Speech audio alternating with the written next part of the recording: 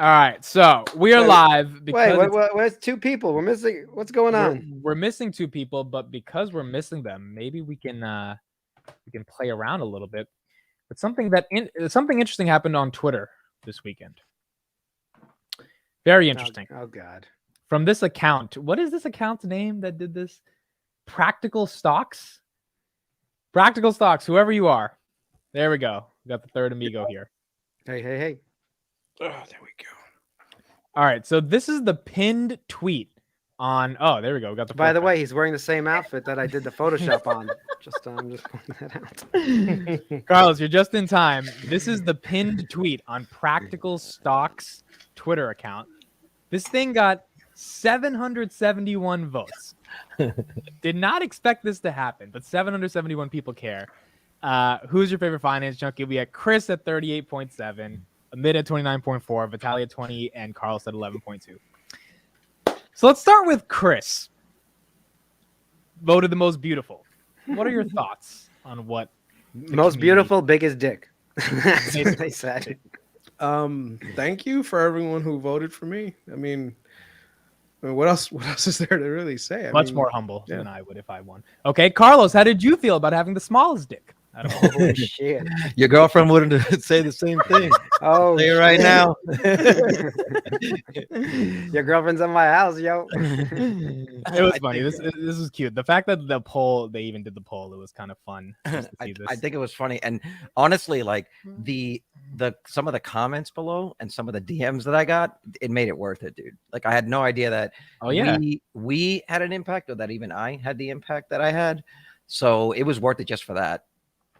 Yeah, because people all love us when they're forced to make a decision. They have to make a decision. But I think it was. I was getting a lot of DMs. It was cool to see that. This guy has 37 followers. He's an ape in AMC, and I guess he watches the show. And he did that. And then he did another poll. Who should be the fifth finance junkie? You've got Kelly, Farzad, and Jeremy that are competing against you. I voted for Farzad. I voted for Kelly. You voted for Kelly. Interesting. Yeah, I think I was Kelly's first vote. Returning the favor. I was returning the favor. I voted for Kelly too. If she came on, it actually would be nice to have like a female entrepreneur's perspective, because I think females are very underrepresented in the finance community, and some have like some really great insights into things that we may not be necessarily seeing. So I'd love to have a female guest on eventually. Maybe one day. We keep talking about the wives, but I'm sure people think that they don't even really exist. No, everyone knows mine exists. She always comes and snares at me in the middle. What are you talking about? She come and bring you food too. Yeah, she does. He hires somebody during the pod to just bring him cookies. My cookies, by the way. I still haven't got them yet. How was your guys' weekend? Anything interesting happen, or kind of just chill weekend? I saw that movie. What was it called? Freedom or something? Sound of Freedom. Yo, it's a good movie. It was in theaters? Yeah, it was in theaters. It was pretty cheap. It was like $10, and they're running a deal where you could pay it forward. I think, Chris, you actually bought some tickets for people.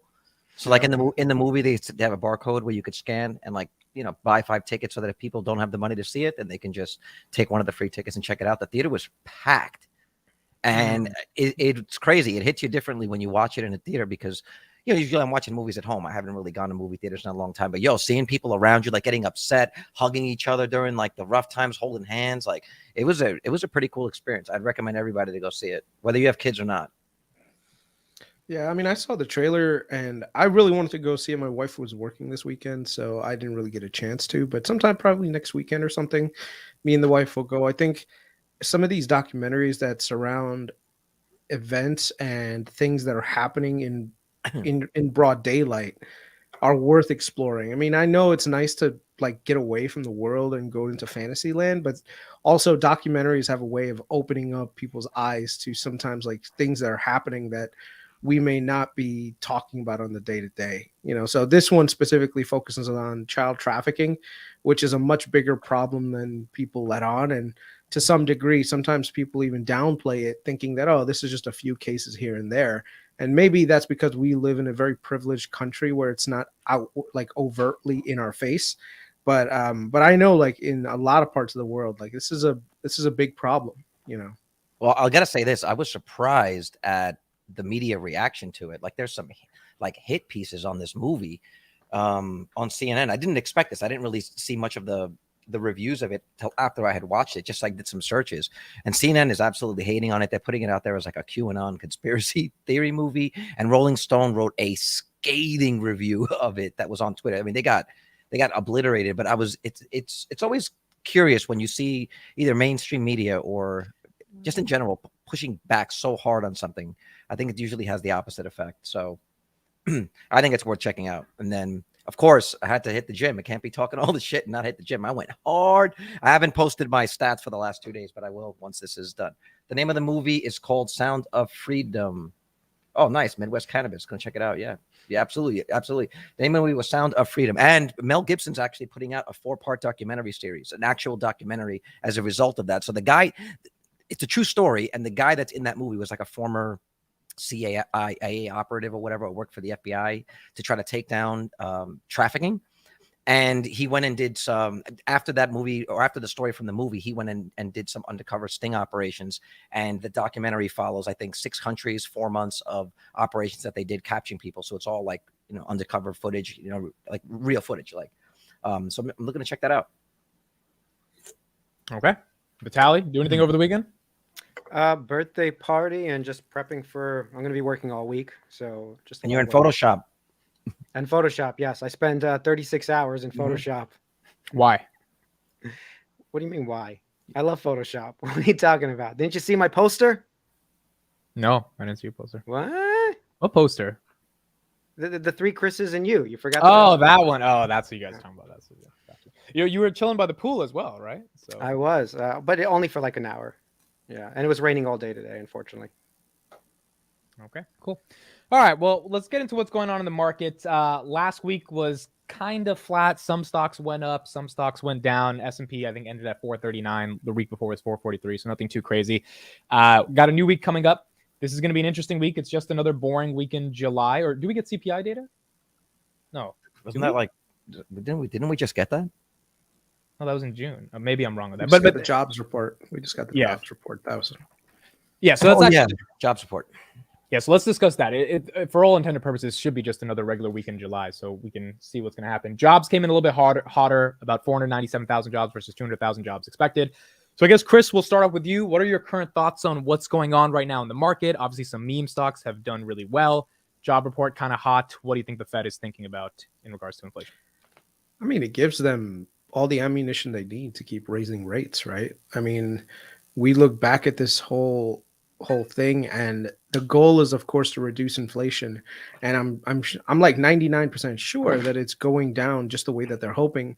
But these constantly strong job numbers are something that worries the Fed. Because, by the way, CPI is on Wednesday. CPI is this week. Okay. Yeah. Go ahead, Chris. So these jobs numbers kind of like, I don't know, maybe to some degree, the Fed's like, oh, this is great. Like, we're having jobs and we're controlling inflation. We're doing really well.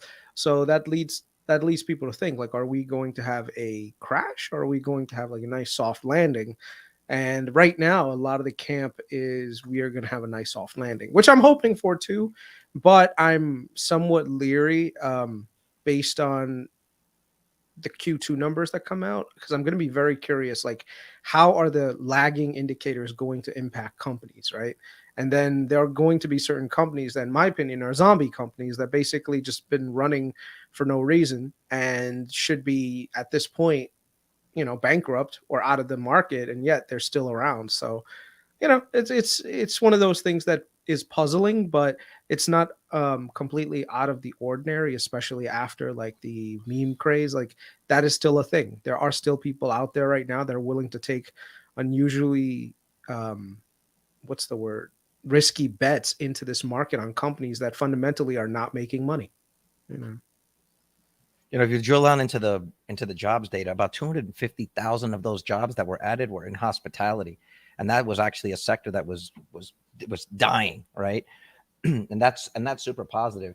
I actually think I'm going to add something or revise like what I had predicted for the year. I actually think when you look back, or when we look back at what the Fed did during this time, I think they're actually going to see some level of real genius in terms of how they've been handling this thing. If you think about it, I think we are actually going to get the soft landing.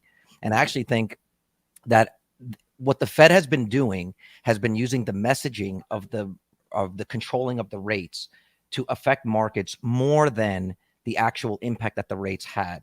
So in other words, if you think about when they say that they're going to pause, like okay, $21 trillion left the markets in 2020, and we printed about 8. So that's about $28 trillion.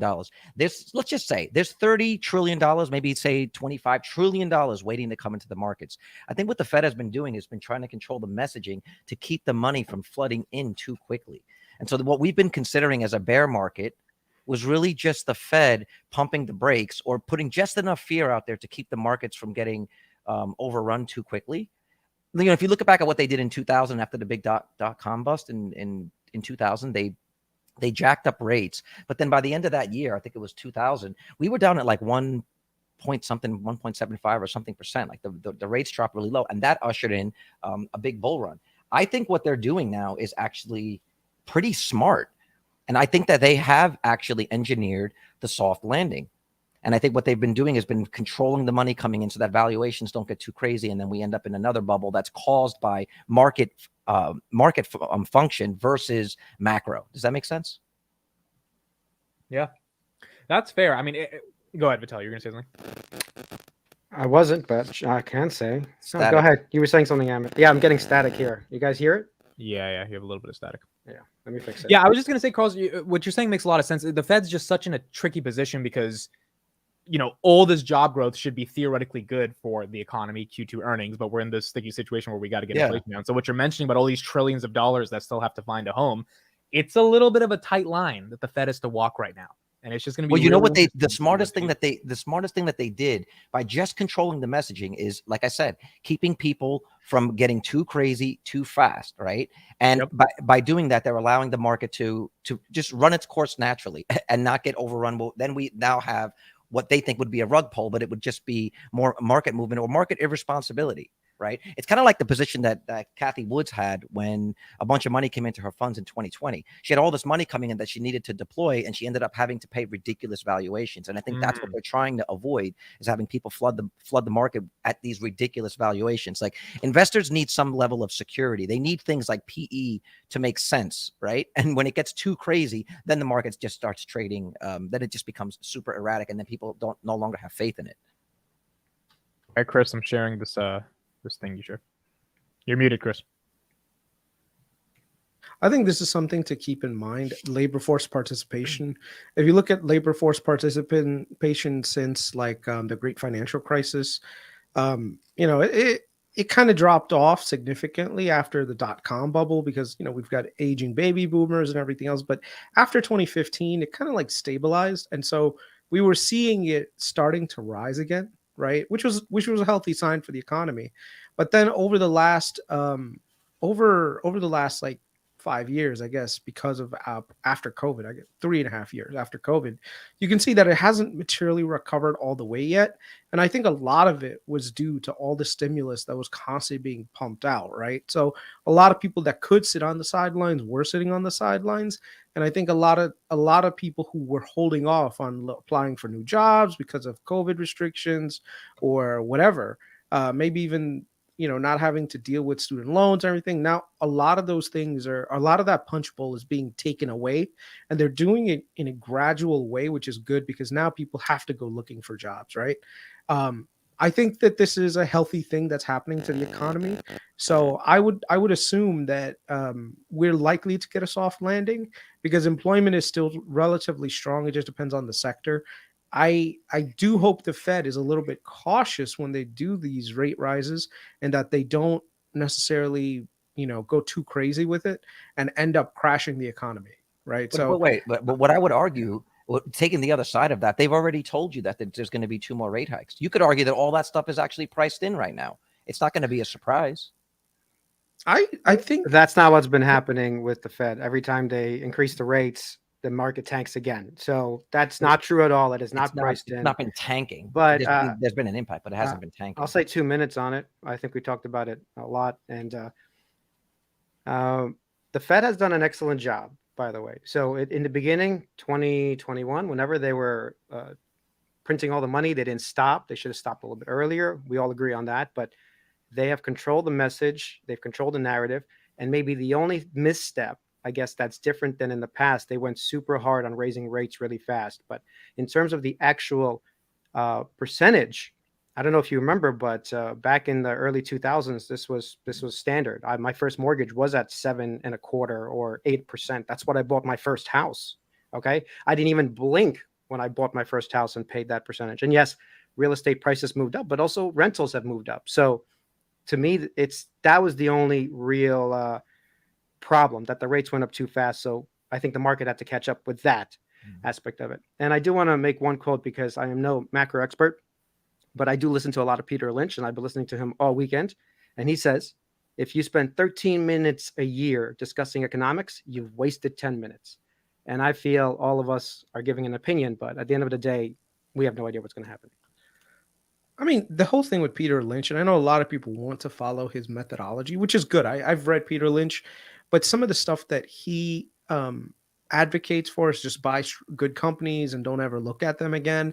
I think those times are way beyond that. I think right now the market moves in so much more momentum, where now there's that sentiment can drive a company very high and very low at the same time. Like Peter Lynch is talking about times in the 1980s and 90s when you couldn't just buy and sell a company with the magic device in your pocket, right? And so or Google it and find out everything about Right. it, or go on Twitter and find out what Right. everybody's thinking. And there's You have a point about yeah. that, but let me respond, because he does talk in his multiple talks.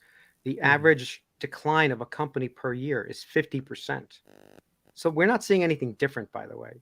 If you look at all these companies, they are declining 50%, the good ones. So I'm not talking about the spec stocks. Peter Lynch was never buying spec stocks, okay? Maybe he bought a few. But the good companies do move in 50%. Google went down 50% approximately. Amazon went down 50%. So I think you're wrong. You think that the magic device in your hand is doing something different, but the market is still fluctuating very similarly. Maybe it's playing out faster. I agree with you there, but it's still playing out in a similar way. I think if you look at it from an aggregate perspective, maybe, but that's the difference, right? When you look at an individual company versus you look at the market as an aggregate, they're two different things that are happening, right? So otherwise, you never would have, like, from a fundamental standpoint, otherwise you never would have saw the sell-off in things like Meta, where you had a 70% drawdown, right? I think that's where the real opportunity is for the modern day investor, where when people become more irrational, especially among retail investors, they become overly irrational on either side of the pendulum. You should be willing to take the bet on the other side of it. So as an example, if you see a company riding up really fast and the fundamentals are not looking good, you know, it's all being based on just a hype train. You should be willing to buy some puts on it or short it even. Technically, I don't short, but I would be okay with buying some puts here and there. And it's the same thing on the other way, where if things are oversold, right, because of crazy news that's out there saying that, oh, you know, this is going to happen, that's going to happen, you should be willing to take a little bit more of a risk and say, you know what, this is something that's worth betting on right now, because fundamentally the company is strong, but the market is not giving its credit, right? So I think the price swings are higher now than they were back in the day, before there was so much more retail participation. I don't Bring up Everclear's comment at 7:16. We were alive, unfortunately, and I'm pretty, I guess, old enough in 2001 when the crash happened, before the iPhone and before smartphones and all of this. Of course, we had computers. Okay, as some people might not know, we had computers in 2001, but the market also I wasn't paying attention as much, but when the crash happened, it happened for everybody. Okay, so obviously tech got hit the hardest, and great companies fell down along with the bad ones. Just as much. So I don't know about this Meta going down 70-80% being so different. So I think you guys are, or at least Chris, you're pointing out like, oh, 20 years have passed and it's all different now. And I don't think it's that different. I think the participants might be retail investors who are younger, but I would posit this, that basically it's always the institutions themselves that dump on us. It is not retail that is causing all these swings in the market. It has always been the institutions who are the traders who end up dumping on all of the retail. So I think it's been happening for the last 50 years the same way. So I don't think it's any different that we have faster technology, besides obviously algorithmic trading. Was going to say algos, yeah, algos. Yeah, but that's on a daily basis, not on the actual time scale. And for a lot of the smaller market cap stocks, I think, no, I that in that point I agree with you. Once you get once you get to a big enough market cap, all the money is institutions. It has not, retail is a blip, it's a smear on top of it. And so it's more about the psychology of how they trade and how they need to protect whatever their stop losses are and how they need to show profits on a quarterly basis. And that fundamentally hasn't changed. But also the amount of money, the amount of information that we have available has changed the game to a certain point.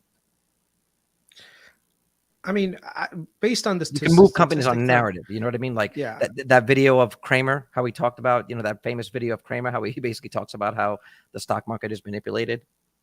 Yeah. I'm looking at two things right now. I'm looking at some data points, and it's just showing that the amount of retail investors that are currently in the stock market has jumped from. And this is from. Hold on one second. Let me just pull up the chart.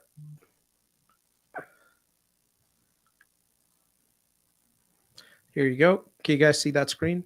So it went from in 2011, right, around 10%, a little bit higher than 10, to almost quarter of the current share of the U.S. equity trading volume.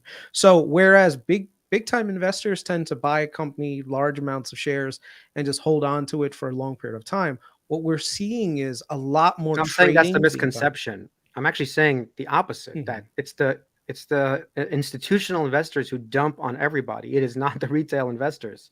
So they're the ones who are doing all these massive swings that you're talking about.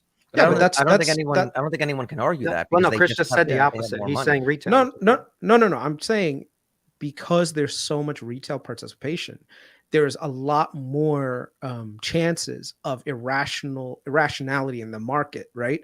If you're trying to compete with someone who's on the hedge fund side, on the big banking side, on the investment banking side, you're not going to have people that are buying into unprofitable companies at the very high in the market. Retail investors will follow people into that and basically raise the price of a company really high. And it's the same thing on the other way as well, where retail investors will sell off companies, that are profitable, that are doing well. So what I'm trying to say is these higher amplitude spikes are actually really good for people that know what they're doing. So when things get sold off prematurely, or sold off a lot, that's a great point for guys who actually know what they're doing to get into the market and do very well. And then it's the opposite in the opposite direction as well. When things go overly crazy and irrational, you should be willing to kind of sit back a little bit and wait for the correction to come. Can you bring up that chart one more time? I just want to reference it. Ahmed, what do you think? I think that you guys are all very smart. I'm enjoying listening to the conversation. I often wonder what you're doing, what you're posting on there. He's texting his girls, man. He's got a burner. He's got a burner account on Twitter. You're sending those girls to my DM. That's what's happening. Carlos, I didn't get a chance to respond, bro, because my cousins were going to India. I had to go to the airport, all that stuff. But I saw your DM, so I have to get back to you and talk to you about that. But this girl, bro, I'm trying to get her info, I'm trying to talk to her. And she's not responding anywhere, not emails, not fucking you really Twitter. Do this on not fucking, so I went to Threads. I said, this bitch got 6 followers on Threads. I responded on Threads. Did she hit you up? I'm sure she loves being called. I'm sure she's loved being called a bitch on live right now. Great job, God. Chris. You know what I mean? I told women, obviously, that's the same thing. No, I'm just kidding. Do you think she watches the show? Oh man, if she watches the show, that'd be. But no, I'm just like. She's in New York. I'm trying to talk to her, and she won't respond to me. So. I told you in the DMs, and I won't elaborate here, but I told you I have a plan that will get her to come to you. All right, I got to hit you up. But you have to stop. You have to stop. Yeah. You can't be a chaser. You're a beta male chasing her around, liking every one of her posts. I'm gonna. No. It's not like that. It's just like I literally have no means to communicate with her. So I'm like, what's the easiest place to get her attention? Okay, that's the starting point of my plan. Just trust me. We got to talk. Okay. So, all right, we're gonna make this a public plan, and if it works, you cannot make this a public plan. Yeah, you want me to divert to a story about? There's a good Carlos story in our past. It's actually really good. Do you want to hear it? Do the story, and then we'll get back to this chart. Oh man. So back in the day, my current wife, if she's listening, she might be listening. Producer wife, hello. Hi, Cindy. Yeah. So she's there, and we broke up back in early in our relationship. We broke up, and I was sort of a wreck. And my boy Carlos took me out. He took care of me. He got me high a couple times. Well, you got. You have engaged in. This is a long time ago. And what do you call illegal? Yes, Oh, when it God. was allowed in New York. Yeah. Substances, So, that's the word I was looking for. All right, go ahead. So anyway, we went out, and I would call him up because I was actually a bit of a mess after we broke up. If you think And- Vitaly was a mess after that poll, you should have seen him after his producer wife did not want to produce anymore. Exactly. Right. So she was the girlfriend. So Carlos helped me formulate a plan. So he is good at these plans. I'm not gonna lie. Plan worked, dude. That plan worked. Well, let me tell him the plan. So the plan was like, all right. So Damn. obviously we talk about this all the time, but you got to be sexless. This actually is important. Okay. You can't be the chaser running after them. So he said, why don't you do this? Like, what's something interesting that you promised you would do? And so I would say, oh, like I told her I would change her sink, her faucet, right? Before we broke up, because it was messed up. It wasn't working or something like that. I was like, I'll install a new faucet. He's like, this perfect. You have Vitaly plumbing supply. Okay. No joke. So he's like, make letterhead, write the fucking invoice. But when you come over, just do the job and leave. Be sexless, be excellent, and leave. That's right. And I went ahead and did that. I just changed the faucet, left. Nothing happened during the thing, even though we both felt this, this energy. And guess what happened afterwards? We're married. We have two kids. So because you fixed her, you gave her the pipe. I fixed her so pipe. That's why. That's why you laid the pipe. Taylor. I laid the pipe. I'm just saying that. I'm just saying, like, sometimes, Carlos did help me with a plan to formulate. And so maybe you should listen to this part of this conversation for him. I agree with this argument about playing hard to get. It's always worked, but she just doesn't know I exist. This wasn't hard to get. It's not about playing hard to get. I think what you're missing is the same strategy that you should apply here is the same strategy that you use to get 20,000 followers. You provide value, and those people will come to you, right? You didn't go on YouTube and say, "Please follow me, guys. Please, I'm into Palantir." How do you she has to see? Well, that's why we got to talk offline, man. What the hell are we? This is finance junkies, man. Okay, all right, we'll do it. But I'm very curious now. Are you talking about some content? You can talk about it now. It's the same idea with Vitaly. When we had that talk, she was living in a different apartment. And I was like, well, what does she need right now? So again, the idea of adding value. He's like, well, she's a chick. She's got kind of a rundown apartment and her plumbing's kind of fucked up. And so I was like, look, so why don't you call her up and offer to fix it, because you want to see her in a good environment and everyone should have good. Okay, but hold on. Everyone should have good plumbing. I didn't tell you what the email was. I emailed her professional email because let me give you a little context. She just started a startup. And she's trying to get into raising money. And so the entire email was like, hey, I've had some experience. We should get some coffee, just connect. We're both in New York. It'd be startup founders. Now, obviously, I want to go on a date with her, but the Trojan Horse is like, hey, I'm a startup founder. You're a startup founder. I've had a year of experience. You've had a couple months of experience. Let's connect.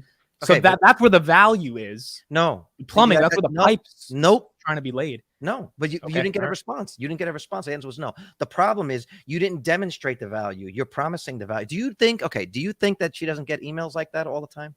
Do you think you're any different? Do you think you're any different? Okay, so what you did was the equivalent of telling a girl, oh my God, you're so pretty. You're so beautiful. Do you think that's the first time she's heard that? A pretty girl? I don't think that's exactly. You know that on average, a pretty girl will get, this isn't in the course of her life. A pretty girl will get approached by men 1,000 times more than a man. 1,000 times. 10,000 times. No, you're right about that. You're right. I thought that's actually the way to cut through the noise. I thought the way to cut through the noise is not say you're pretty, but say, hey, let's talk about business and startups and shit. No, but no. Because do you think come on, man. Do you think she's nuts? Do you think she's stupid? You think someone who's got a savvy enough to start their own company doesn't know exactly what that is? Dude, most girls, they know when you're trying too hard. Like, it seems like you're trying. And they don't like it. Well, that was my point. Yeah. My point is they have 1,000 times more approaches than you. So they are exponentially more advanced and experienced in that. And women by nature are much more designed to see congruency in other people better than men, right? Men tend to take each other at face value. A girl can look at certain things about you, the way you write the email, what you were writing, what you were asking for, and she can detect a certain congruency in like what you're saying and what you really mean. If she's even slightly off put by what you said, then you just go into the pile of all the other beta males that have tried to, just die on that hill. Mr. Seymour Duck says it correctly. Trying too hard at being too neat to turn. It's not even just a turn off. Yeah, it's literally like they will hate you. They won't even friend zone you. They will block you for that shit. And it's with reason. Like I would argue that like that's a big problem in our society right now is just weak men. I agree. I agree with this. By the way. It's not cool. Okay, so we'll get off camera and we'll talk about what your strategy is. We'll talk. By the way, why are you fixated on this girl? There's like 6 billion girls out there. Like, dude, No, if I mean if one doesn't listen, if I send a message to one girl, right, and she doesn't respond, there's no such thing as message number 2. No, okay? 100%. No, I agree. My thing was, I just don't think she got to see the message. He wanted to try all 10. Oh, no, what you're no, I doing. was just Hold on, wait. Instagram's crowded, but Threads, Okay. Threads is a brand new opportunity. Hold on. Yo, bitch, did you see the Threads one? Yo, bitch, did you see the Twitter one? Do you see what you just did? You said, I just want to make sure that she got the message. Let me tell you something. You got the I message. reached out to. You ain't never going to see her. I reached out to people on Twitter that have 200,000 followers, right? And some of them I don't get a message back, right? But some of them I do. What does that tell you? It tells you that everyone sees every message. No, that's bullshit. That's They see the absolute message. No, that's not. That if it goes into the request folder, there is a higher probability that people Dude, you're don't- overthinking. No, this.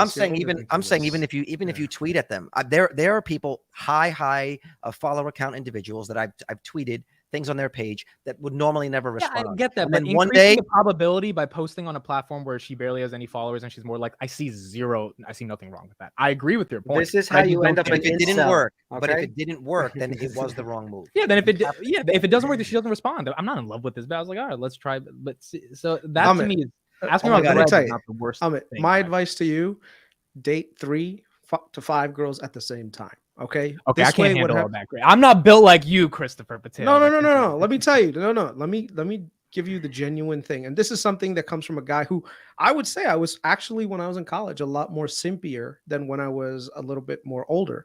And one of the things that basically let me out of my simp cage, or whatever you want to call it, was that I realized that no matter what, it is a mentality. So if you don't value yourself, you don't have that confidence in yourself, you're always wondering like, oh, did she like read my message? Did she not? Like, I wonder what she thought of it. Like, was I too harsh? Was I too forward? Like all that shit. Dude, I actually started dating like 3 girls at a time. And basically I never worried, because if one of them never responded, I'd be like, whatever, I got 2 other girls. This one is going into the back of the list. Add another one on. They're not, you know how many, I still remember the time where I got a phone call from a girl saying, hey, how's it going? We haven't spoken in a while. You know, what are you up to? And I'm like, I'm hanging out with my wife. What's up? Hey, baby, you want to talk to? I mean, you want to come over? She's into swinging. Yo, this is Rango got the comment of the night. Chris dates 3 girls like he buys puts. Yeah, right. I'm just saying, he's buying puts on being single. Wait, Word. and if you think girls are just dating one guy exclusively, unless there's like a good like amount of like interest there, nah, dude. Even if a girl is seeing you, she might see another 2 guys. Okay, so I agree with you. everything you guys are saying. Most But so girls are not, just to though. Most girls are conclude, not.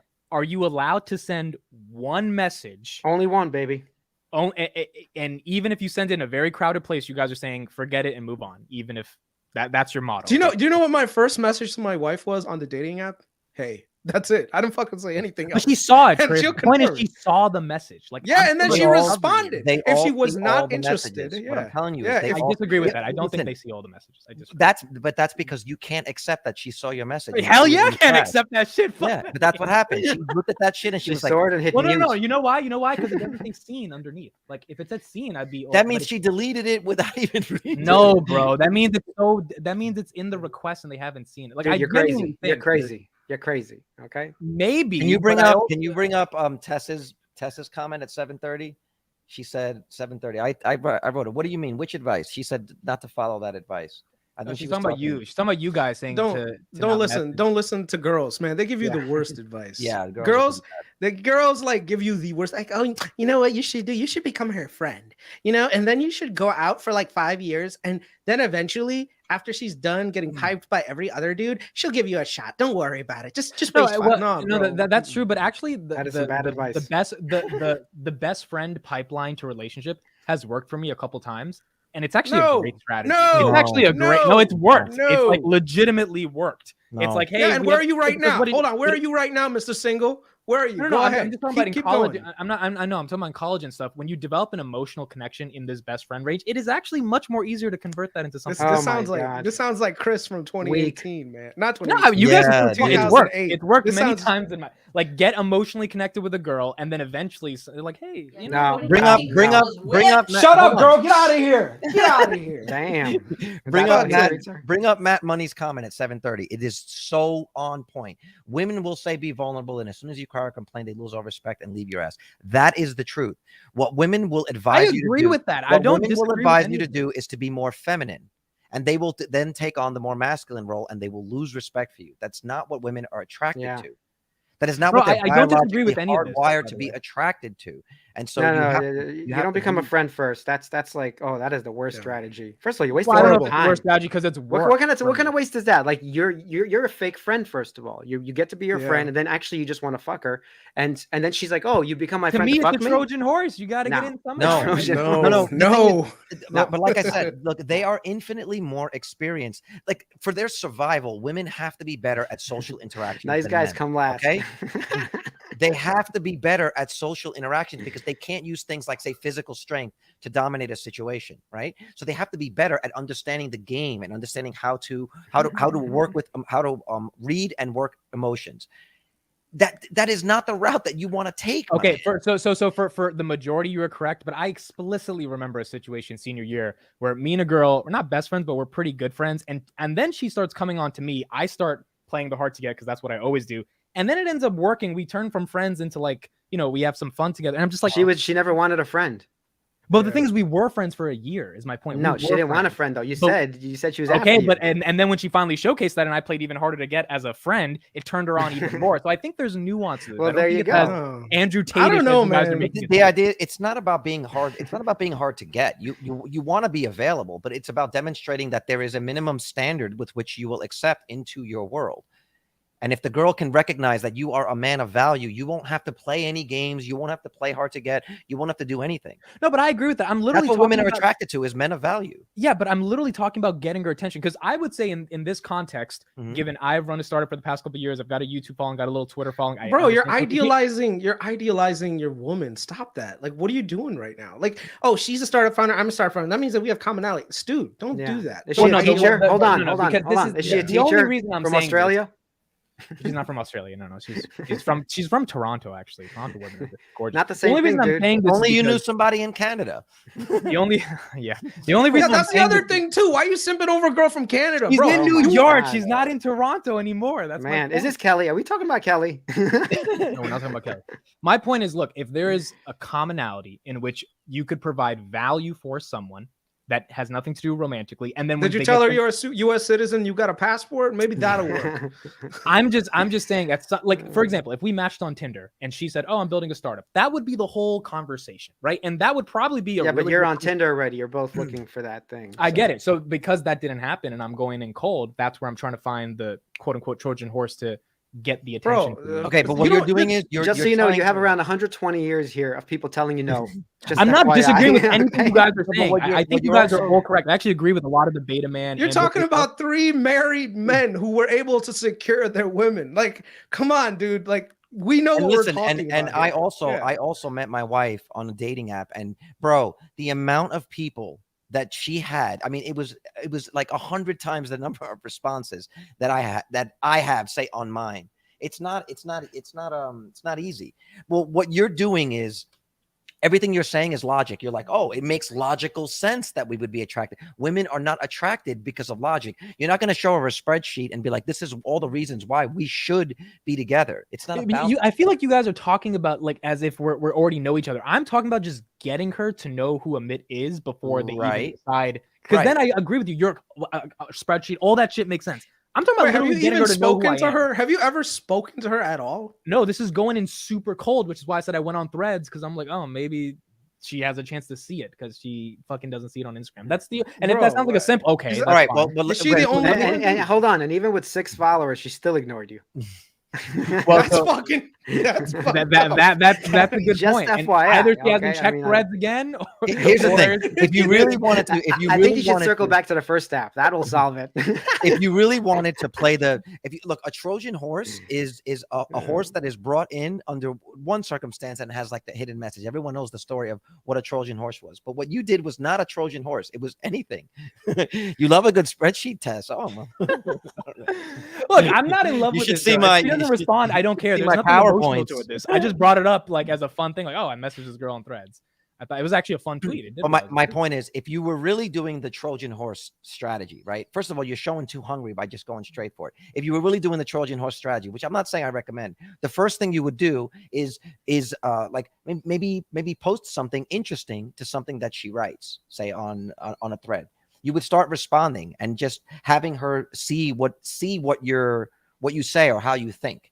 That would be the Trojan horse. I'm just put in all that work, Carlos. I don't give a fuck that much. I just wanted to go schedule a coffee. If it happens, it happens. If it doesn't, it doesn't. But I'm actually trying to engage with it. I don't give a fuck. You know the way the That Chinese spammers add you to the calendar? You should just add, you know, those calendar links? Oh my God. Just add it like Bro, one of you- those spam Your calendar advice is links. good for someone who cares. I don't care. I just want to say, like, yo, if she sees the message, I think there's a good chance, given she's a startup founder, I'm a startup founder, we can connect. That's literally my whole thing. This is not like I'm trying to make this girl my wife. you're in your 20s.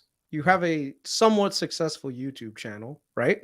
You have a somewhat, you know, hopefully in the successful realm of a entrepreneurial career going on. You know, you got it made in the shade for what girls are typically looking for. Girls are always looking for possibility of greatness, right? So you already have that. The problem is your approach, I think, could use a little bit more of an edge.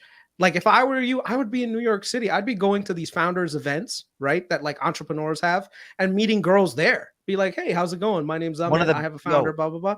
Dude, not only that, he has a working app with an actual company. He has multiple content on you. I mean, it's so easy for you to get laid. You're just doing it wrong. Yeah. One of the best things. Dude, one of the best. Go ahead. One of the best subscriptions that you can spend is go to the Norwood in New York City and get a membership there.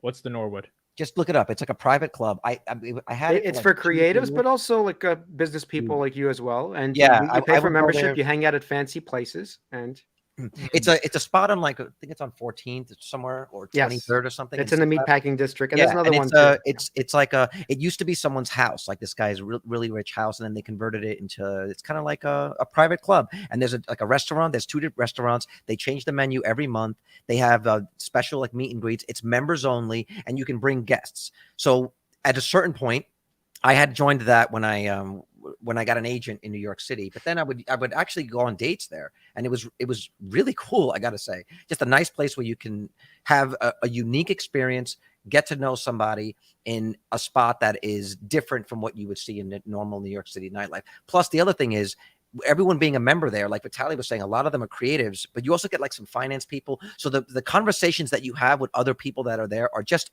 another level. And so even just for your business, that is the circle. Those are the circles that you should be rolling in. And you'd be surprised at how many of your other endeavors, say meeting a chick, will come out of that. So that's just good. I don't want That's good advice. $5,000 a year or Makes something, sense. but I would So do it. for me, the most successful way that I was able to actually network and also at the same time meet girls was something called Zog Sports. So these are like things that people do, like collectively meet up after work, and there's like leagues, right? Like dodgeball league or what is that freaking thing called? Like pickleball or whatever, right? And usually it all ends up with people playing each other and then going and drinking at a bar. And we always went to our local bar. Dude, I met guys from FactSet that I still talk to this day, guys that were hedge fund guys that are finance guys, that till this day, they're still like, you know, like friends that I can reach out to if I need to. And at the same time, I was meeting girls and I was going drinking with them after work. You know, you need in your 20s right now. Like if I were to go right now in my fucking like late 30s, bro, I'm a creeper, you know, but if you're in your 20s, you're around that same element, you'd clean up house, dude. So I would say look up Zog Sports, join a league. If anything, it'll be something healthy. I've actually always wanted to do that for basketball. I've actually always wanted to do that. We had a intramural what is that, softball league that I was part of. I had a lot of fun with that. You know, you had fun playing sports, and then at the same time, it's what do you call it? Like it's like gender neutral, so like both genders play. And like I said, it's a great place to meet people, have fun, go to bars. And if a girl doesn't like you, she can introduce you to one of her friends also. Like, hey, I know this guy who's in my league. I remember there's this girl that randomly approached me at one of our games, right? And it was like, oh, I joined this, and she told me, it's like, I joined this league just to meet you. I was like, yeah, I gotta go bat. Sorry, let's talk afterwards. But what he's saying is true. Like when I worked at the ad agency, they would have those leagues that you could join. And I remember being part of the softball team, and it was awesome. You'd go play, and we would play other companies. We'd play like MetLife Bank or whatever it was, and then we always did end up back at the bar with those same people. You were just on the field playing with them, and then we ended up playing like a team versus team flip cup. I mean, it was like yes. The flip cup was the shit, and people would hook up. I mean, you would hook up after these things. Dude, my boy PJ would just let me know, and PJ used to be like one of the guys who would bartend part-time on like Friday nights and Saturday nights, and he would hook me up, dude. He's like, Chris, this is where you want to be tonight, man. Used to go have a great time. So like I said, so you're saying I shouldn't try to get her info on Threads because that's a beta move. That's what you guys are saying. Yeah, that's a mad beta move. And to be honest, that might have actually killed your chances. But if we let enough time pass, I think my plan would work. And this is why I wish we would have spoken before you fucking did that. Okay, we can still even so whatever, dude. It's just some random chick, bro. Yeah, it's a random chick, but also my odds are, bro, I don't know if she's constantly checking. All right, we should take questions about relationships for the last 15 minutes. So anyone who's having one last thing. We're gonna do Kevin Samuels. No, there were some people 30 with 2 kids. There were some people in the chat saying that they like this. So if you guys want more of this, put it in the comments. If you want an occasional episode that's more life, not stocks, go ahead, Chris. Yeah, I would say what was the quote that best? Net work is equal to net worth. Okay. So build your network, and I guarantee you, not only will your net worth grow, but also your worth in terms of like people looking at you saying, oh yeah, this is the guy I want to hang out with. This is the guy I want to, take the next level to. And I'm telling you, you have a very aspirational story. So you've got the key ingredient that most girls are looking for. They're looking for one of two things. They're looking for a guy that they can change and mold into what they want, or they want a guy who one day is going to become really big. And real quick, why are girls attracted to aspiration? Real quick, what is your thesis on that? Because I don't know. I really don't know. What do you mean? Why? Okay, hold on. Like, why would she want a entrepreneur that maybe has a chance to build a big company over a 6-figure management consultant? Which one's more attractive to her? I think the guy who's going to try to build something. Women are like that, in my opinion. I think women are attracted to that. First of all, this has to do with all of our DNA and obviously evolution. All right. The fact that women have a certain number of years in order. No, honestly. No, I'm laughing because of Showcat's comment because I said, what's your thesis on to procreate, and they're not going to pick a loser. Okay. If you're clearly showing you're a loser, you're just out of the game. You have to show that you have a possible winner. Okay. No, but what if you have a 6-figure job working at Palantir or Amazon versus trying to build a startup? Like and a startup founder is theoretically broke. Which one's look more attractive? Look, when okay, but like historically speaking, what if a woman gets pregnant? Okay, she's in an incredibly vulnerable position.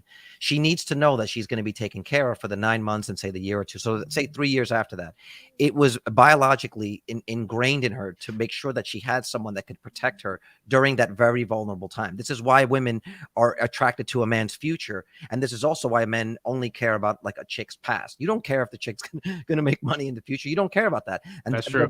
And by and large, men get with women hoping they'll never change, and women get with men hoping to change them. This is 100%. My mom's been trying to change my dad for like 30 years. That's kind of and he never did. He never changed. He literally right? is not. That's why they're still together. Because bro, why are you listening to us? You should be asking your dad for some game. Be like, Papa, please tell me, how do I get woman? And he's like, slip this in her drink. Oh no! God, goodness boy. Gracious. Ooh, that's it. No, but to answer your question, which person would she be more attracted to?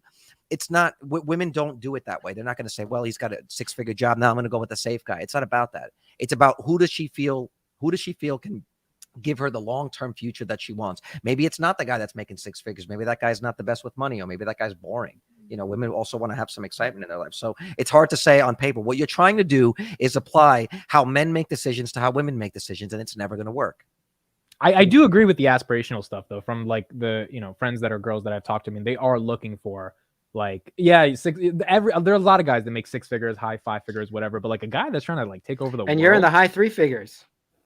I'm more. ask the middle 5 figures. Ask the 2 women in the chat. Literally, ask the 2 women. Yeah, do a poll. Ask women in the poll, like which one would rather have. Well, you got to make sure. Oh, you can only respond in the poll if you're a woman in the chat. Yeah, no, that's not gonna happen.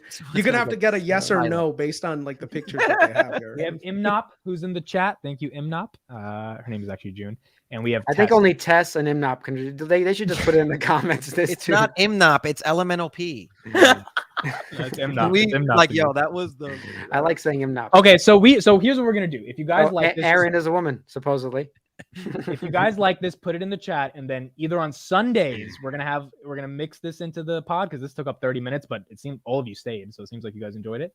I think we lost some people though. No, it's been we are at a high. It was at 290s, 284. Oh, all right, so it's good. Right.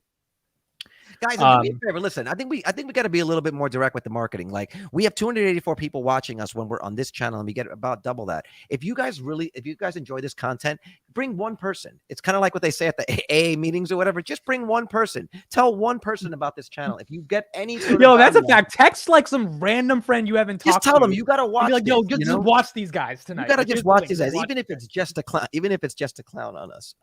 Just get one other person. Help bring people in here because I think we all go back. Hold on, guys. Hold on. I got some breaking news. All of you fucking people were fucking wrong. She just DM'd me back. Fuck you guys. All of you guys. And you DM me on Threads. What did she say? Threads. No. She said, Amit, you're lying right now because she didn't actually DM me back. That was just see, this is what I mean by simp-like behavior. This is some simpy shit, simp-like behavior, exactly.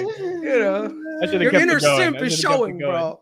I agree with everything you guys are saying. By the way, I actually agree with a lot of this whole beta male movement. I agree with a lot of it. I've listened to it. I've consumed it. It makes a lot of sense. You mean anti? You disagree with being a beta male? Anti-beta male. Yes. But I do think like, if I'm trying to get her message and her attention, she literally has never seen my DM. If I put it in a place where she's more likely to see it, maybe. I don't think that's the craziest idea in the world. That's all. I'll tell you right now. I think for your chances, you don't want her to see that DM. Okay. Shit, erase it right now if you can. I don't know if you can do it. I mean, she hasn't seen it, so it doesn't fucking matter. But all right. So we got 10 minutes left. What's the name? Thanks, you guys remember the Tinder Johnny Swindler? should be the fifth junkie. Johnny. Yeah.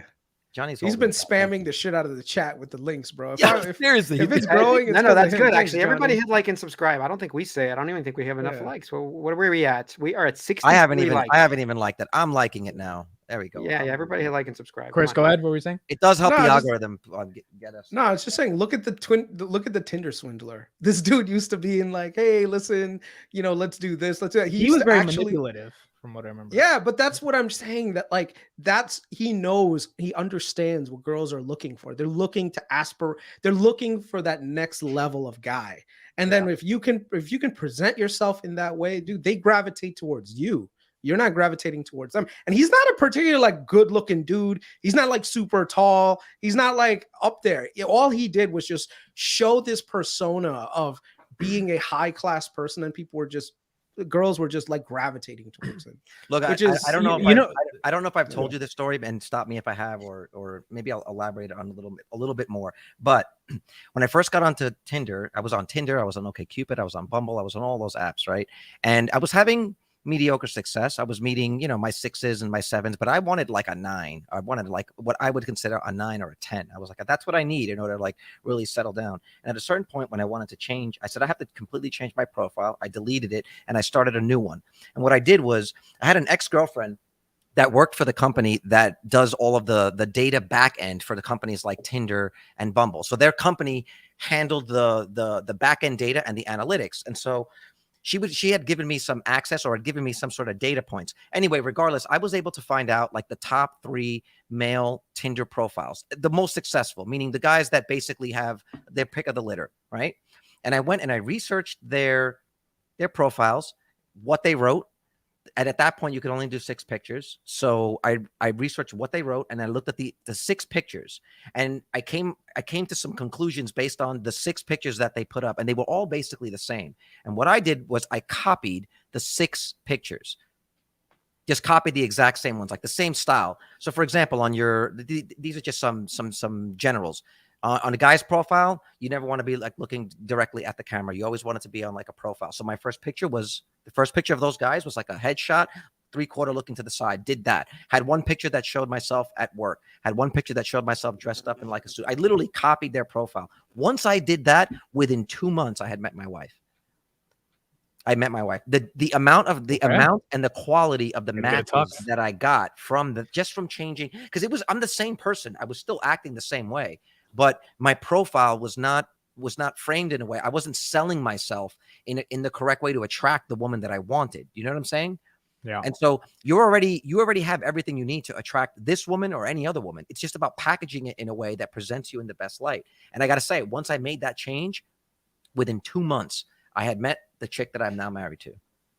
Check out the what I just said. I thought this was fake, bro. This is real. What is it? This is very real. You make it Musk just called Zuck a cuck. Like Zuck is a cuck. Wait, what did the community? I retweeted. Whoa! What did community notes say? I proposed a literal dick measuring contest. There was a community notes under it. Oh jeez, dude. Well, we gotta talk about threads, bro. Go now up, that we're wait, talking go about it. up. Rate the proposed community notes under that. All right, I have let's 6 see. Mark minutes. Zuckerberg Go ahead for 6 Mark minutes. Zuckerberg is a I'm gonna happily be out in married 6. man. There is no evidence that he's been unfaithful. However, Grimes leaves him, and now he wants Mr. Alt-Right troll. Oh This is my an goodness. insult from Elon. Is ironic because his ex-wife Grimes left him for Chelsea Manning in 2022. Oh, I mean, this just Elon- goes to show you could be a fucking multi-billionaire, but it's always gonna come down to being a fucking dick measuring contest. You know, that's just how it is with dudes.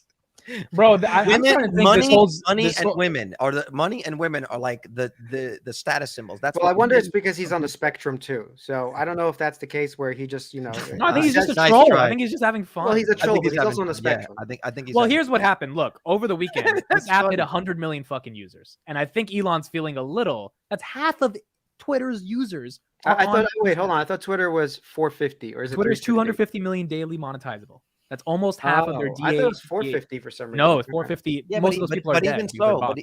but even so, it's too early to tell. What you're talking No, about? I is get it. people- I get it. I'm just. What do you Insane. think, bro? 100 million in 2 days? Like, I actually that's a big think, deal. honestly, I actually think that's pretty bad. It should be a lot more, considering that they have that much of an install. No, base. but they haven't allowed Europe or anywhere Doesn't else. matter. It's just I know, but no, that does matter. They haven't allowed Europe, bro. That's no, a high Europe value, hasn't- high no, ARPU hold on, country. hold on.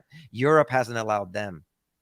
You know, I would say Whatever. from But an the point is, investing yeah, That's my that's point. a big deal. from an investing standpoint, I think it's actually really high time to become really even more bullish on Meta. I think a lot of people are really underestimating how much further Meta can really go. Like The before news this feed is their threads- most profitable advertising space. And not to mention, literally Elon gave him the keys to the castle and saying, here's how you turn profitability up in your space. Verifications. You know how many businesses are now going to be verified by They're all on Threads. Twitter? Netflix is there. Yeah, that's The what I'm saying. NCAA That's is there, everyone's there. huge revenue boost for Meta. So I'm sure me and Vitaly are going to make a shit ton of money on Meta going forward. Yeah, in fact, I'm not getting rid of my Meta stock, which I thought I was. I think Zuck is going to get I'm me selling. up higher. I'm selling some of my Meta stock and buying some call options on Meta. Check that link That's, out. that's Amit. not a bad idea there, because like Check before that I was link. like, all right, we're getting over $300, and so I got a lot of shares, and I think Chris, me and you are. Yeah, I think we have a were the- lot. I found Yeah. more. I've been hiding some for myself. Thank God. No joke. I found more shares because I was buying all the way down. I just wasn't paying attention to how many I had. So anyway, at 300, I was like, okay, it's going to get to 300, 316. I'm probably going to lay off a certain number of shares. This guy just say layoff. Layoffs. So yeah, just fire those shares. And look, I might still do a little bit, but never my core position now, because like Zuck is proving to be a real fucking mad dog killer here. Like absolutely 100%. But by the way, we don't know if this is why gonna would I get succeed, rid of but- someone who's actually just murdering it? Like himself, just killing it. Crazy. Play. I Can you think play? Carlos, I don't want to play that whole video because it's just the old. No. You It's could queued up. summarize. It's queued up. No, And I have listened to- tenants fucking texting All me right, nonsense Vitaly, on you that could too. leave. You could leave. It's I'll leave queued it up to for you. like Go ahead, go ahead. it's queued up. It's queued up. This is when. But this how is- much? Because bro, every time we play video, we end up watching like 5 minutes. Like, how much are we actually going to watch? It's literally just Chamath. This is what Chamath No, said. when Chamath spoke for like 6 minutes. You can No. summarize his thesis versus us staring. I don't think the chat likes us just staring. All right. Well, his at a no. guy talking about Chamath's basic point was yes. What you're getting now, like you're getting a lot of turnover. People that are curious, tuning into or switching over to Threads because it's actually very simple. They were praising the idea that it was one of the smoothest, fastest ways of onboarding people, where you click one button, you download one app, and then within like seconds you're up and running. The problem that they're saying is that what made Facebook initially successful was that they created something that wasn't there. Like they invented the idea of tagging people on photos, right? And what they said was all of the successful social media platforms that have come after have not been able to succeed by simply copying it. There had to be something above that. And he pointed to TikTok as an example, right? That'd be a differentiator, a unique differentiator. Yes, a very unique differentiator that creates a different use case. And so what he was saying is that if Threads was integrated into Instagram, it would probably be more dangerous for Twitter. But he says, but as a standalone app, he feels like it's. But I've got your unique differentiator. It's actually very simple. It's Elon making the left and elitists on the coast hate Twitter because they think it's becoming an alt-right cesspool, and all of them are on Meta. I'm talking about the journalists, the New York Times, the Washington Post, NPR. My point is, I think a lot of those people have gone to Threads, and that's where they're going. I'll say one thing. I'll say one thing before I go. I do have to go, but my wife does not use Twitter, by the way. She never has. Okay. She was on Threads just before I started the podcast because that makes sense for creators, for music people, for artists, for filmmakers. By the way, I'm on Threads right now, but I want to develop the filmmaking personality more, even though I'm responding to some stock stuff, because it doesn't make sense to do it on Twitter. Honestly, it's not the same communities. So everyone who thinks that there's one or the other, you're wrong. Okay.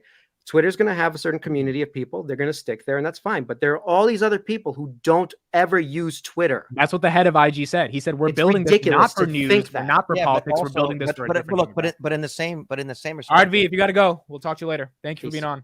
Talk in tomorrow. but the flip side of that is my wife has a very successful Instagram account, and she will not download.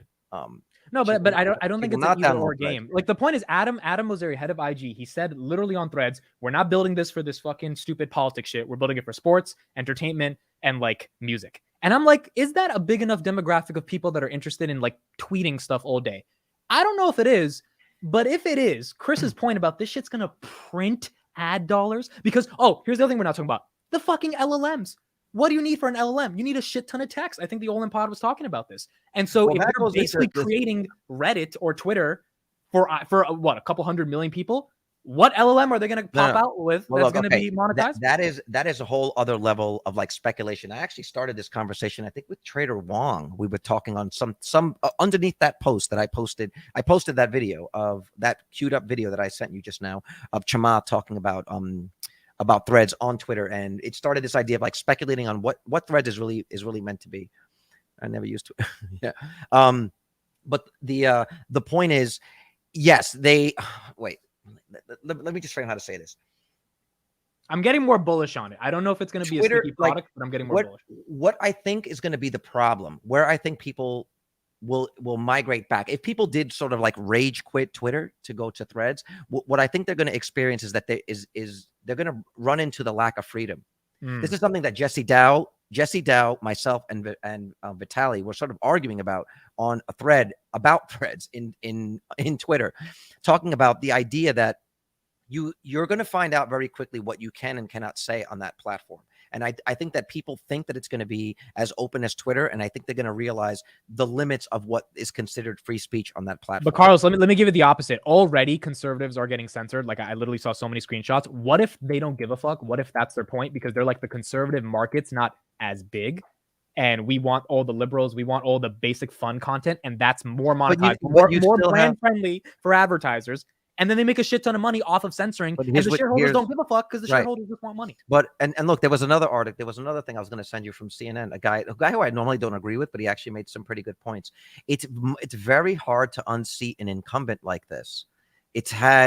Twitter has existed for so long, and unless you can have that killer feature, that killer thing that you can't do, in order for people to switch over and lose basically their history and their following and rebuild it again. I mean, right now, if I deleted your Twitter, how long would it take you to get 14,000 I wouldn't followers? recover. It would take so It long. would take you so long Because I mean, there's not a that's Pounder community on Threads, though. There's not like a stock community on Threads, not a SoFi community on Threads. But for other people, these celebrities, they have millions of followers already. Yeah, but honestly, I mean, personally, I don't give a shit about what any. But see, that's my thing. You, me, and Chris don't give a fuck about Ariana Grande. But Ariana Grande has 340 million. Yeah, but they Instagram tried followers. this. Look, that same ex-girlfriend of mine that worked for that company that did the back end, she worked for a company that was making a social media platform that was literally just for celebrities, where you could follow them, get exclusive access. It was all this stuff. It had so much money behind it, and it failed. Why? Because people were like, I'll just follow you on Instagram instead. You know? I just want to follow you. Yeah, but this time, this is Instagram, right? This is the Zuck verse that's going to be out there. I'm just saying, from a monetization standpoint, I think how many employees did they need to even start this? I think it was like 20 or 200. Well, the guy said it was. They said it was about 20, but I still want to see what the numbers are, because they are essentially cannibalizing the same viewers. Dude, even if it was zero, to Instagram during that same time. If people are on Threads all day. I think this is one of those avenues of instant monetization that's going to come up. It's going to be something that feeds their LLMs. I see nothing but bullishness for Meta going forward with this specific thing. The fact that they even launched it right after the whole thing with Twitter, when Twitter was like, oh, we're going to limit the number of people. You know, there are people looking for platforms outside of the Twitter thing. And yeah, there are others that are Twitter clones, but I don't think any of them have the same amount of brand recognition and backing that Meta and Instagram do. And I think there's so many people that are going to end up on it. Like, the other thing is, you're right, from a censorship standpoint, that, you know what, Twitter doesn't censor, whereas Meta and Instagram do. But dudes, a lot of people want censorship. I know that sounds really bad. I think Zuck's realized a lot of people want it. All right, he doesn't give a. And now that Peter Thiel left the board, I don't think he feels the pressure to be super anti-censorship. I think he's just like, this is going to print money because advertisers are going to love the content, and people will say. Now, the one thing I'll give you, Carlos, is the fun content on Twitter is the debates, is the politics. And so if you don't have that, I think this circle jerk of positivity is going to be boring. What you're going to get, what you're going to get is you're basically people opting into a feedback loop. And so this is just something that I posted to Lex Friedman. Lex Friedman posted on like the day after. He was like, hey guys, why don't you follow me on Threads? And this is essentially what happened after. This is what people were saying. This is on Facebook. This is Lex Friedman. Okay, yeah, no, never. People gave him a lot of hate on. I mean, these are real people. The problem with Threads is, one, it's Meta. Two, you have to install Instagram. I don't want more involvement with this giant cyborg web. You got another person saying Twitter is the way. How do you justify this idiocy? I guess you're not as much of a. But they're all commenting on Facebook. That's the irony of this. Yeah, they are. But this is what I'm saying. But this is what I'm saying. These are people that feel like they're already locked into the ecosystem, right? They already have to have a Facebook account. The last thing that they're going to do now. There's somebody even here that said, like, the last thing I want. Look, I can't. The last thing I need is another social media platform that does the same thing. But then why are they on Facebook, Carl? That's the point. Like, they're using it because they're in the ecosystem. They're like, yeah. And this goes back to Carlos. You have to remember, like, you know, just because we feel a certain way about a certain topic and we believe the free speech should always be the thing, I'm telling you, there are a lot of people who don't care about free speech. Fuck, bro. Dude, you want to know something that's really fucked up? There were people, I saw reports that you know, like Song of Freedom, how it was like in the movie theaters. There were people actively like trying to get the movie fucked over by like pulling fire alarms in the first 5 minutes. Dude, the movie it was made in 2018. It took 5 years to get it out because of all. No, I agree with you. I agree with you. You know what I'm saying? I agree with you, but that's what I'm saying. That there are people out there that are literally like, oh, this is making the LGBT community look bad. And it's not even the LGBT community, it's fucking pedophiles. But yet people feel like, hey, this is one of those things that's an attack against the LGBT community. So there are a huge number of people that are on the other side of the Twitter debate, and that is a monetizable amount of people. Okay. The fact that Zuck can make money on this, he's ruthless. He doesn't give a shit about free speech or anything else. But you know what Zuck gives a shit about? Making money. That's what he is. Now, Elon has to be I am- right that more people in the world care about free speech, and I don't know if But Elon's honestly, right about but this Yeah. this is what this comes down to. This is actually what it comes down to. We're that. gonna, But we're Carlos, gonna do you find think out. more people in the world actually care about free speech? That's the problem. Like, I think it's you like think I've said Ariana before- Grande on her ivory tower. Or No, Justin but Bieber I'm give a not. fuck No, about but free those speech? those people are in a completely different class. They're not subject to the same. The world is different for them than it is for us. I just think that that is fundamentally what's at stake here, right? That is, and we're going to find out. I personally think it's going to go the way of VR, where it was kind of cool for a minute. And I think as people find how, I think it's going to be cool. I think people will mess around with it for a while, but I think each person's going to run into something. Like, bring up Tessa's comment at 8:06. This is a huge deal. I founded a pea hunting group here in England, and Facebook was 100,000 followers and millions of views, and they literally closed the group down over and over again. Lefty crap needs an uncensored platform. I mean, you see what I'm saying? Like, The question is if there's enough people like Tess that exist that are going to use Twitter over. Like, you have to have a principled approach to not use Twitter or to not use Threads. And I saw all the brands. I mean, Meta stacked the deck from day one, having all these brands in there. And like all these brands are going to start paying for a fuck ton of ads once Meta turns that on. Like, it's gonna happen. Yeah. And then, but he said engagement is there, you know? Right, but it depends on when it depends on when that happens. And I don't know about you, but I'm kind of sick. Like, if they keep it the way, like, what makes Twitter, I think, effective is, like you said, it's the debates. It's the idea that you feel like you're connecting with people and you're building a sense of community. I don't want to feel like I'm in a mall. And that's essentially what I think he's creating, is this idea that you're in a mall. And I think that's what Zuck always wanted. I think he's trying to take Threads will become a text version of what the metaverse was supposed to be, right? This idea that you're in this thing, it's a mall, and we're going to learn everything about you and be able to sell you whatever, whatever it is that we think you want based on your thing, right? And look, I have like maybe a crazy idea of what I think will eventually happen. And I think you touched upon this, or both of you did, with this idea of training LLMs. Like, part of, like, most of the content on Facebook and even Instagram is photos. That doesn't really help Meta train LLMs. They don't have a lot of text. Yeah. This is going to give them the ability to train AI on real conversations and real speech. And as much as Facebook is not regulated and Instagram is not regulated, and this is a problem, Zuck has been asking for that regulation. He has been asking for it in the same way that people who believe in crypto want regulation, because once you do, it sort of like frees him of the responsibility. And now it's off to the races. I can just focus on what I got to do. My belief is that Homeboy is going to use this to train an AI. And I think eventually they will turn over all of the censorship and moderation to an AI. That's what I eventually think Meta. I think Meta will be the first company to launch a mass scale AI that will take place of like an entire department. But they already do that. They already use AI to censor. It's just not in the way, but again, it doesn't have enough data. It doesn't have enough data. Fair. And I think that'll be something that the government will allow. Here's the question, Chris. Do you think this can get to 1 billion users in the next year? Do you think Supreme Bag Holder is right too? Supreme Bag Holder is right at 810. That's another. Absolutely. That's a great. Go ahead, Chris. Go ahead. No, absolutely. I think Meta is going to get to 1 billion users. The more important thing is the monetization from brands is going to be super high. Engagement is going to be high because you're going to have a ton of celebs, especially Hollywood celebs, that are in a clearly leftist mindset. They're going to be on there, which means their followers are going to be on there. And then you're going to have Black Twitter end up becoming Black Threads, right? And that'll be another thing that goes that way.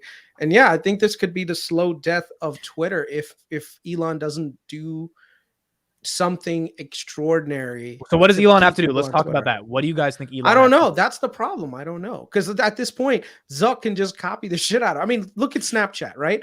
What can Snapchat do to not get victimized by Instagram? They could launch a new product. Instagram will create that shit, pump it out, boom, use it to a billion users, right?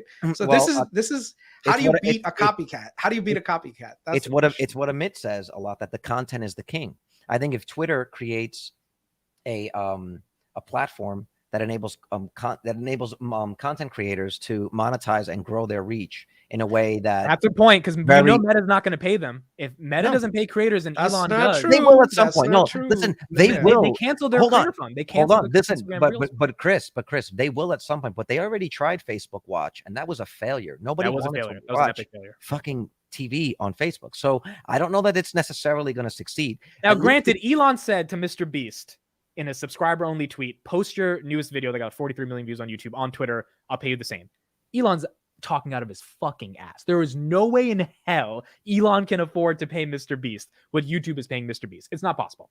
It's just not happening. They don't have a video advertising set. Like, I don't know. He's out of his mind. And Mr. Beast would never do that because then he's going to fuck the reach of the video on YouTube. So I think Elon has a long way to go before they still haven't approved me for subscriptions on Twitter Blue, bro. And it's just like, what are you guys doing? Yeah, but we talked about, at least we speculated as to why that might not be the case. Hey guys, I got to head out too, so I'll see you. All right. Okay. Yeah, we bye, Chris. Yep. Bye. So you think he'll be able to pay people, and that's what's going to solve the issue? Well, I just think if you make it a platform where you can say whatever it is that you want and get monetized for it and get not only subscription but ad revenue from it. And the other thing is I posted this and it got a lot of traction. I'm gonna send this to you. I posted something. I posted a comment under Lex Friedman's video. I don't even need to, but I posted a comment under it. Like, Lex Friedman's video more than anyone makes me feel like Twitter more than anything needs timestamps. And I think, and then I posted underneath that, like I said, imagine if under the timestamps, you could have a conversation of what's happening at those timestamps. How cool would that be? You have us, for like what example. SoundCloud does, actually. SoundCloud. Yeah, like exactly like SoundCloud. If you had something like that, these are small things that I think that they can do. Like, I don't think they need to reinvent the wheel. They just need to make it really easy for people to come in and give them tools. I also think that at the top of the feed where it says notifications, you know, when it says like all verified, or you get the For You feed, the following, there should be a video tab there where you can just scroll through videos based on topics, or like there's not, it's mostly interface stuff because the core product works. It's just about how do you give people access to the database that you have, whether it be a video, of text, or images, in a way that they can talk about it in as easy a way as possible. And if you do that, then you've got a way to capture the content creators, which bring the people. And then once they have the community there, it's very hard to leave. The danger that I see about having, say, you know, Twitter, and say Threads, and, you know, whatever, Truth Social, is that you need those people to talk to each other, and they're not. You know, it's kind of like Xbox and PlayStation. If they bought the same game and couldn't play against each other, right? You can't play against like iMessage and Android. Yeah. It becomes a problem. I think that actually is gonna further the divide. And what we need now is, I think, more people talking to each other than less, or at least people not opting into what they know is an echo chamber. That's not what we need, you know. So it'll be really curious. Are you at all scared for Elon's Twitter, given the growth in Threads? Are you scared at all? No, scared? No. I mean, it's not like I can invest in the company, so it just is what it is, right? I just want the service, so it's not like I'm scared for the guy. But I think he'll be fine. I think Twitter's going to remain relevant, even if it changes or the subscriber base changes. We'll see. Until the platform becomes someplace where I feel like I can connect with the people that I connect with every day, then I'll still be on it. Another factor that is really, what's the word, appealing to me about Twitter is the fact that it is separate from the Mark Zuckerberg ecosystem. There are things and there are people that I talk about. Even the idea of finance is not really something that I can get into with people on Facebook that I know. Or there's or no Instagram. FinTwit on Threads at all. It's none of it. And so it's this idea that I like having a place where I can have a community that is a certain part of my personality that is separate from what are mostly business tools for me. Facebook and Instagram are mostly business tools for me. And I know that there are things that I talk about, whether on the channel or there, that I just wouldn't get into with people that I necessarily work with. And I don't like the idea of having to verify myself with my real name, per se, as something on Threads, whereas Elon figured it out that I can still verify myself with you, and then I can still take on a persona as a Carlos the finance junkie and still be that person and connect with people just for that. That is something that I think you've got a good point there, because I know there's a lot of hoopla, but I had like probably 100 friends join. I do not think a week from now those 100 friends will have even threaded once, because none of their friends care about their thoughts. They're not intellectuals. They don't have a deep understanding of Palantir or SoFi or Tesla. Like, they're just, what are they special for? It's like, it's an important thing, right? I've differentiated myself from a lot of my friends, and I'm sure same as you, because we can tweet about stuff and we have some domain expertise because we've just spent so much time researching where it's valuable to anybody who cares about that stuff. But my friends, I don't care I care about my friend's Instagram story of going out to that party because it's like, oh, that's cool. But do I care about his thoughts about the nature of existence? No. So is he going to tweet them or thread them? No. And if that's the 100 million people, it's all these little social micro clusters that are never going to talk anymore because they don't get any feedback, because they're not talking to an audience. They're talking to their friends that don't give a fuck. That's the point. They're talking to people that they're already Facebook friends with. Except now they're doing it in a public, in a public open, in a more dangerous area. Yeah, you understand? Yeah. Instead of it being like a private group where these are the people that you follow, and that's what it is. Now it's public. Now it's open. I don't know. That's another point too, Rango. It's like I don't think that people that are on those platforms necessarily really care about writing shit. I think if you care about writing shit, you're gonna come onto Twitter. So I think most people don't care about writing shit, or they don't have the knowledge, because you gotta like either you're a shit poster on Twitter or you actually like Rango. He fucking works at Tesla. He knows some shit. He can talk about stocks, right? You've been investing for a couple, not couple, like 2 decades, so you know some shit, right? Like people who are on Twitter that are trying to build a following, they have to seem as if they understand. That's not to say you can't make mistakes and stuff, but like you have to know a little bit to even come up with what is a tweet, because you can't go to ChatGPT. That shit's not going to get engagement because it looks like shit. The people who try to use ChatGPT for their tweets, they look so stupid. It's pretty like bad. You got to have a voice, and developing a voice as a, I don't even like to use this word, but like intellectual, which is what a community of people writing stuff is. That's reserved for journalists, politics, business, all the stuff that Meta has said we don't want on this platform. And so I'm like, so what the fuck are people going to talk about? What are they going to talk about? Kim Kardashian's new fucking boob job? Like what? Jesse Dow, when he posted it, when he said, I'm never going on Threads. And what he said was he was a moderator in a Facebook group and posted a picture of his kids that had made a mess when they went out to an amusement park. And all he wrote in the caption was, these kids are a mess. And Facebook censored him and kicked him out of his own group because of hate speech. Yeah. And so this is what I think. I think people that move from Twitter to Threads are going to be surprised at how easily they're able to trigger what is considered hate speech. And then the ones that are on those platforms are going to find themselves basically in a group chat with people that they already know. I mean, if we tweeted about George Soros, because he has a very nasty view on Pound Sheriff, and I said, man, George Soros, this guy is like, I mean, you're being anti-Semitic. Dirtbag. Right. Or like Meta's like, hey, we kicked you off, you're being anti. I'm just like, but then, but then if you were to do that on Twitter and someone would have said, hey, that's really anti-Semitic, and you'd get some backlash on Twitter, it wouldn't affect your personal life. Now you're going to get Johnny and Rick from first grade commenting. I'm anti-Semitic. That's so nice in first grade. What's going on? What the hell? Like, I don't want to live in a mall. This feels like the playground. Twitter feels like the playground. Oh, there we go. I think Carlos is right. I don't want to be in a mall. So look, we'll see. But I do think, and I think I tweeted this. The Threads is a backdoor to the metaverse that Mark Zuckerberg. Yeah, I've heard Zuck not talk about the metaverse for like 2 years now. I'm like, where is his public? The metaverse became a text-based clone of Twitter. Really? Like that's yeah. No, next earnings call, I think they're gonna have to answer these questions. Yeah. Well, we'll see. I think he's gonna let it sit for a while. I think it would be stupid to start talking about yet another product. I think he does need to just focus on this. So we'll see. But my belief, and I'll say this publicly, he is going to use this to train an LLM. And I think eventually, if he can't get the government regulation, he is going to use AI to relinquish themselves of the responsibility in terms of the censorship and moderation. And I also think that this is a backdoor to the metaverse. That's my thing. Carlos, Supreme bag holder, let me read it. Carlos, you don't have to use your personal identity on Threads the same way you use it on Twitter. I'm completely anonymous on Threads. I think that's because you're anonymous on Instagram, Supreme bag holder. Because it connects to your Instagram. So if you're anonymous on Threads, my Instagram are like my close family friends. It's the people that I and if you have to log in with Instagram, you can't be anonymous. Yeah, and I'm not creating another Instagram account with like, I'm not gonna be a bot. I'm not gonna, you know what I mean? I'm not gonna just go there and be a bot. And Facebook's algorithm will have my friends find me. When we actually started a freelancer finance Instagram, and it started recommending all of my current friends. I did not want that. It's smart. And I was just trying to post some charts about like Bitcoin, but I don't need some of my friends to be looking at my charts on Bitcoin, right?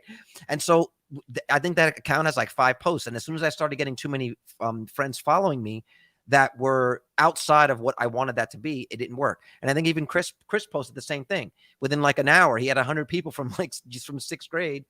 And he was like, I'm out. Let me see. I don't think people in general are interested in others as much as themselves.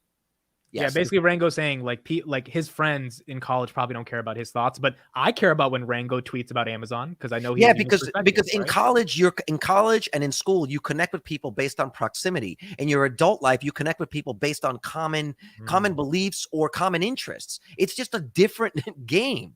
And so for me, this is one of the reasons why I won't be on it. Okay. All right, That's it guys. for us. Thank you all for being here. Carlos, you have to stay on 5 minutes afterwards to give me this master plan that you got. Oh yeah, all right. You guys All right. don't get that yet, but if it works, then you Let's guys will talk. hear all about it. Thank you all for being here. We'll be back on my channel tomorrow, Monday, 10 p.m. Thank you all for joining us. Please tell a friend about this. Just text it to a friend. Yeah, Like, tell hey, somebody. check out this podcast. And when they come in, have them drop your name in the chat. Yes, especially this episode because the for 40 minutes we talked about girls and stuff. So maybe Jesus Christ. some of you guys have friends who will be into that. So. All right. Thank you, everybody. We'll Thanks, see you everybody. tomorrow, 10 p.m. Bye-bye. All right, we know.